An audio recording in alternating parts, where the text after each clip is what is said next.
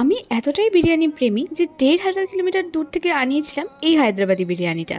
So আজকের ভিডিওটা হতে চলেছে 24 আওয়ার্স বিরিয়ানি ইটিং চ্যালেঞ্জ। তোমাদের সাথেও শেয়ার করব, প্লাস নিজেও এনজয় করব ডিফারেন্ট টাইপস অফ বিরিয়ানি। যেহেতু এত সকালবেলা কোনো বিরিয়ানির দোকান খোলে না, তাই ঘরেই বানিয়েছিলাম কলকাতা স্টাইল চিকেন বিরিয়ানি। আর আমি এত তাড়াতাড়ি বিরিয়ানিটা বানিয়েছিলাম যে লাঞ্চের টাইম হয়ে গেছিল। তবে যাই হোক, বিরিয়ানিটা খেতে দুর্দান্ত হয়েছিল। তো সন্ধেবেলা আমি খাবো সেই বিরিয়ানিটা যেটা ১,৫০০ কিলোমিটার দূর থেকে এসেছে ট্রাভেল করে। আর এটা কিভাবে এলো সেটা যদি তোমরা জানতে চাও তাহলে বড় ভিডিওটা দেখতে হবে। আমি আমার নামের নিচে লিঙ্কটা দিয়ে রাখলাম, তোমরা চাইলে দেখতে পারো।